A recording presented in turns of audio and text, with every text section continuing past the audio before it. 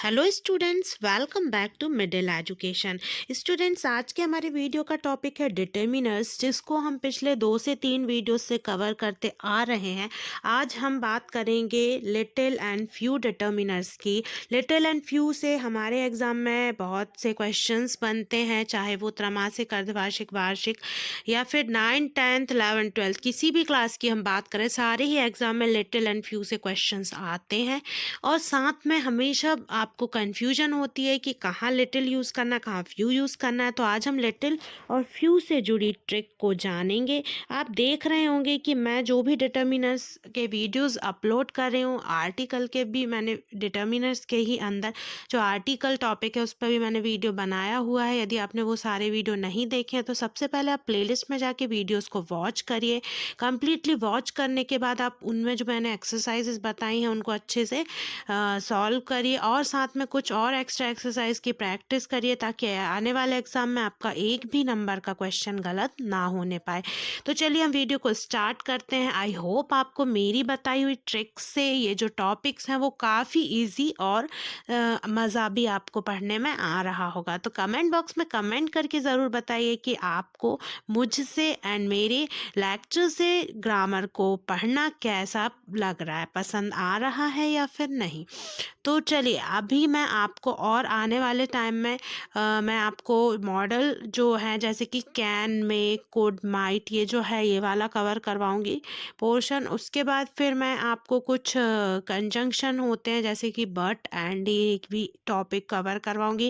Active and passive voice से भी question आता है एक, जो कि अक्सर आपका गलत हो जाया करता है।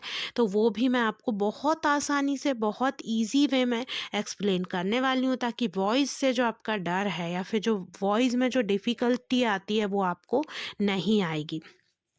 तो चलिए हम यहाँ पे देखते हैं कि लिटिल और फ्यू आखिर होता क्या है। सो प्लीज़ स्टूडेंट्स, कमेंट ज़रूर करें। कमेंट से मुझे भी मोटिवेशन मिलती है और साथ में मुझे भी ये अंदर से एक फील आता है कि हाँ, जो स्टूडेंट्स हैं उनको, यदि कोई भी टीचर है वो यदि स्टूडेंट्स को कहीं ना कहीं सपोर्ट करना चाहता है, हेल्प करना चाहता है, तो उसका जो इंटेंशन है उससे स्टूडेंट्स को कुछ ना कुछ आगे बढ़ने में मदद मिल रही है, साथ में उनकी जो भी समस्या है उनका हल हो पा रहा है। तो मैं पूरी कोशिश कर रही हूँ कि आपका जो ग्रामर सेक्शन है वो आपके लिए आसान बना सकूँ। तो मेरी कोशिश जारी रहेगी। कमेंट बॉक्स में कमेंट करना मत भूलिए। चलिए तो फिर हम देखेंगे लिटिल। लिटिल में हम देखते हैं refers to a small amount. By small amount we mean almost nothing. देखिए ये जो है लिटिल, इसका अर्थ होता है थोड़ा, मतलब कि स्मॉल अमाउंट, थोड़ी मात्रा, ठीक है। और स्मॉल अमाउंट से इसका मतलब है लगभग नहीं, ऑलमोस्ट नथिंग मतलब न, लगभग ना के बराबर। It is followed by a singular uncountable noun. देखिए जो लिटिल है ना वो मच की तरह है, हमने मच पढ़ा था। तो इसी तरीके से इसमें भी ये सिंगुलर अनकाउंटेबल नाउन के आगे लगाया जाता है, मतलब एक वचन और जिसे गिना ना जा सके ऐसी संख्या, उसके आगे इसका उपयोग किया जाता है, ठीक है ना। और मैंने आपको काउंटेबल और नॉन काउंटेबल और अनकाउंटेबल जो वर्ड है उसकी डेफिनेशन मैंने आपको मच और मैनी, सम और एनी, इन सब में बता दी थी। तो देखिए आप अच्छे से वहाँ पे जाके वीडियो को वॉच करिए, ठीक है। तो आपको ये समझ में आएगा कि काउंटेबल एंड अनकाउंटेबल आखिर होता क्या है, क्योंकि यदि आपको ये नहीं पता तो आप डिटर्मिनर्स को नहीं समझ पाएंगे। तो इसमें हम एग्जाम्पल लेंगे। They had little money to spend. देखिए मनी क्या है, अनकाउंटेबल है, क्योंकि इसको 1 2 3 4 करके नहीं गिना जा सकता, ठीक है। इसके लिए कोई ना कोई मात्रक की ज़रूरत पड़ेगी, जैसे कि रुपया, पैसा, डॉलर, कुछ ना कुछ तो होगी ही करेंसी, तभी आप मनी को काउंट कर पाएंगे, ठीक है। मनी में धन दौलत और भी चीज़ें आ जाती हैं। तो इसलिए यहाँ पे देखेंगे कि हम इसके आगे क्या यूज़ करेंगे, लिटिल यूज़ करेंगे।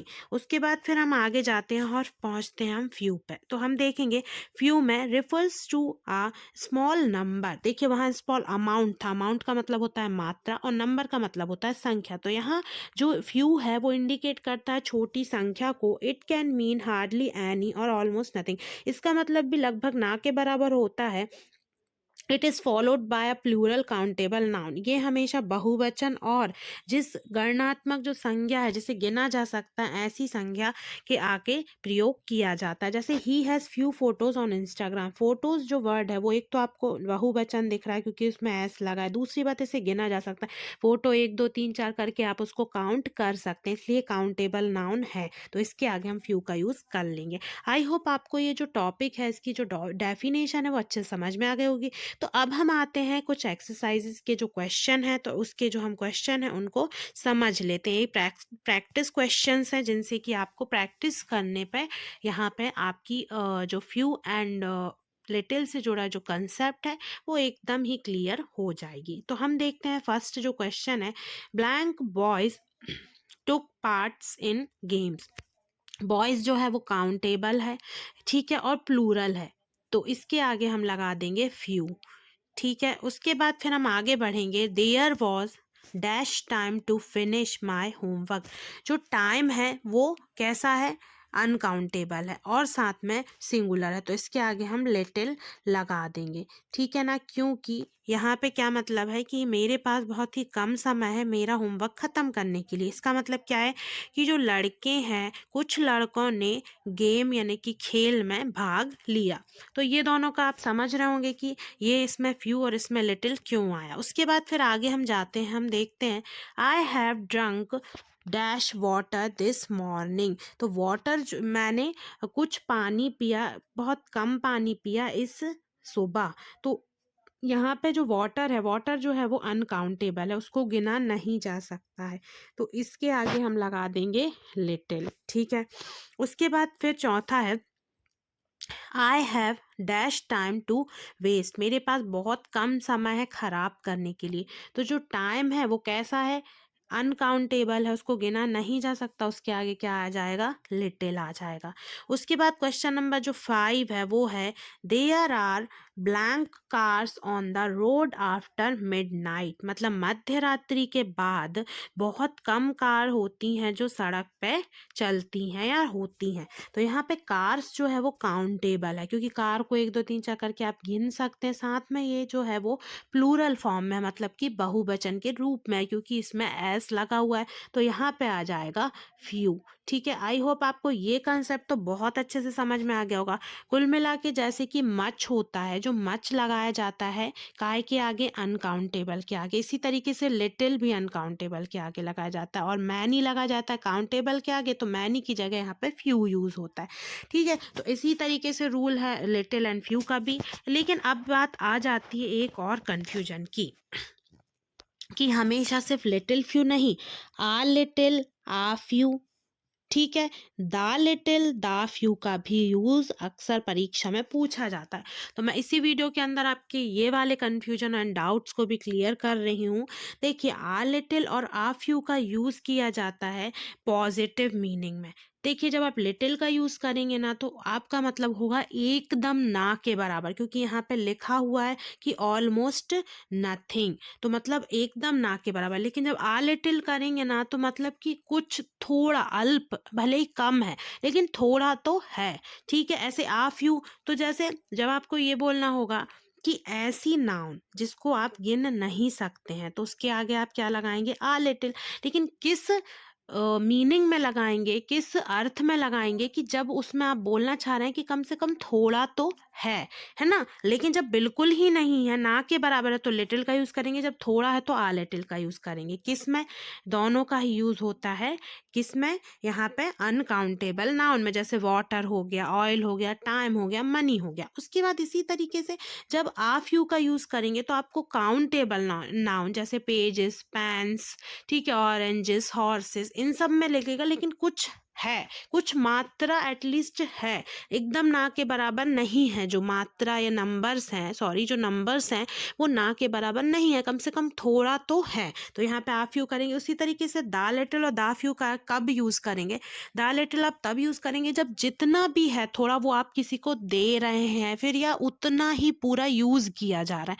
और यहाँ पे भी द फ्यू कब करेंगे, जब जितनी संख्या में है थोड़ा बहुत उसको भी आप यूज कर रहे हैं, या फिर वो भी किसी किसी को दे रहे हैं या फिर वो भी किसी के द्वारा आपको मिल रहा है। तो इस तरीके के जो सेंटेंसेस होते हैं कि जितना भी है उतना ही, मतलब जितना भी है वो सब को इंक्लूड किया जा रहा है, तो उस सेंस में आपको द लिटिल और द फ्यू का यूज़ करना है। आई होप आपका जो लिटिल एंड फ्यू का कंसेप्ट है वो एकदम ही क्लियर हो गया होगा, आपको वीडियो अच्छे से समझ में आ गई होगी। एंड नेक्स्ट वीडियो में हम लेके आएंगे मॉडल्स को। मैं आपको नेक्स्ट वीडियो में मॉडल्स समझाने वाली हूँ। तो चलिए फिर मिलते हैं नेक्स्ट वीडियो में। एंड आप कमेंट बॉक्स में कमेंट करके ये ज़रूर बताइए कि आपको मेरे द्वारा लाए गए जो टॉपिक्स हैं उन पे जो मैं वीडियो बना रही हूँ वो टॉपिक आपको अच्छे से समझ में आ रहे हैं या फिर नहीं। Thanks for watching this video.